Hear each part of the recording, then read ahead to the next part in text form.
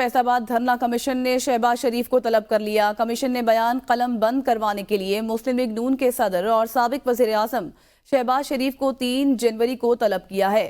شہباز شریف کو سابق وزیر اعلیٰ پنجاب کی حیثیت سے طلب کیا گیا۔ کمیشن نے فیض آباد دھرنے سے متعلق شہباز شریف کے لیے سوال نامہ بھی تیار کر لیا ہے۔ کمیشن نے بیان ریکارڈ کرانے کے لیے شہباز شریف کو 3 جنوری کو طلب کر لیا ہے۔ شہباز شریف کو سابق وزیر اعلیٰ پنجاب کی حیثیت سے طلب کیا گیا۔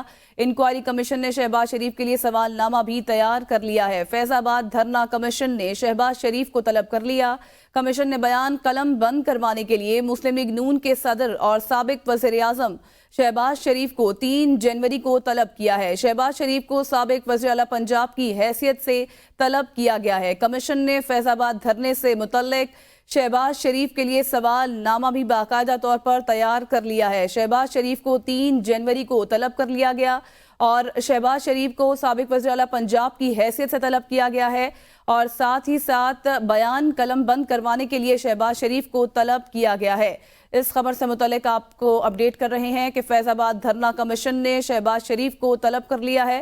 کمیشن نے بیان قلم بند کروانے کے لیے مسلم لیگ نون کے صدر اور سابق وزیر اعظم شہباز شریف کو 3 جنوری کو طلب کیا ہے۔ شہباز شریف کو سابق وزیر اعلیٰ پنجاب کی حیثیت کے طور پر طلب کیا گیا ہے۔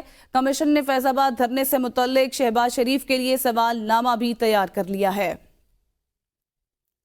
فیض آباد دھرنا انکوائری کمیشن نے شہباز شریف کو طلب کر لیا۔ شہباز شریف کو سابق وزیر اعلیٰ پنجاب کی حیثیت سے طلب کیا گیا ہے۔ 3 جنوری کو طلب کیا گیا ہے اور بیان قلم بند کروانے کے لیے طلب کر لیا گیا ہے۔